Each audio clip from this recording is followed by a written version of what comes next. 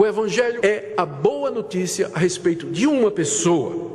O Evangelho não é sobre prosperidade material. O Evangelho não é sobre receber a bênção. O Evangelho não é sobre moralidade.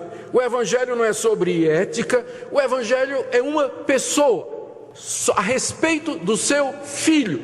Jesus é o centro do Evangelho. E, portanto, ele é o centro da pregação da igreja, de tudo aquilo que nós somos e fazemos, com respeito a seu Filho. A promessa de Deus era com respeito a ele, que ele haveria de mandar alguém para ser o Salvador.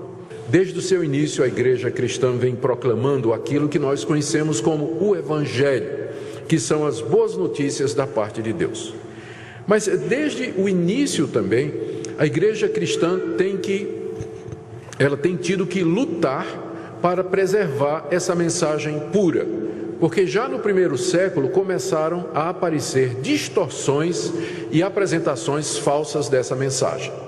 Já na época do apóstolo Paulo havia os judaizantes, que eram judeus convertidos ao cristianismo, que diziam que as boas novas era o seguinte: você cria em Cristo para ser o seu Salvador, mas você tinha que guardar as obras da lei que Moisés havia ordenado. Então isso é considerado uma distorção do Evangelho, porque o Evangelho é que Deus nos salva gratuitamente pela fé em Cristo Jesus.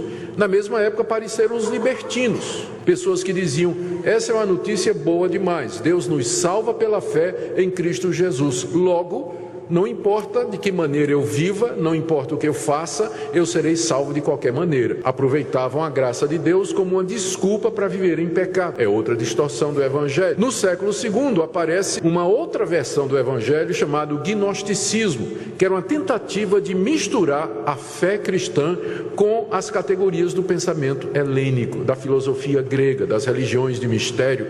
Mais outra distorção do Evangelho, exigindo que a igreja combatesse aqueles mestres, discutisse com eles e finalmente ganhasse a batalha no século IV.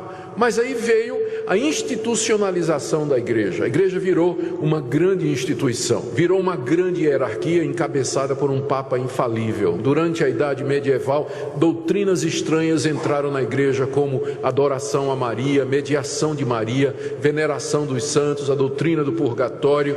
Mais uma vez foi dito que a salvação é pelas obras, juntamente com a fé em Jesus Cristo. E depois que isso foi vencido pela Reforma Protestante, aí vem o liberalismo teológico, estudiosos na Alemanha, depois na Inglaterra, finalmente em toda a Europa, passando para os Estados Unidos, chegando no Brasil, dizendo que a Bíblia está cheia de erros, nós vivemos na idade da razão, que a ciência já mostrou que Deus não existe, nós não precisamos de Deus, a Bíblia na verdade é uma coleção de mitos.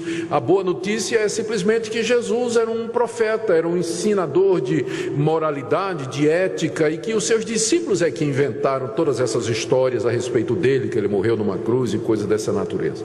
E vencido o liberalismo teológico em parte, porque como movimento ele já praticamente se extinguiu, a igreja agora tem que enfrentar outras versões do Evangelho, o Evangelho da prosperidade, a teologia da libertação, igrejas que fazem o Evangelho ser simplesmente a chave que dá acesso a Deus, que dá trabalho, emprego, saúde, casamento, prosperidade e carro do ano para quem o busca. Se você fizer campanha, entregar dízimo, se você fizer sacrifício, e outra vez lá vamos nós ter que brigar pelo Evangelho.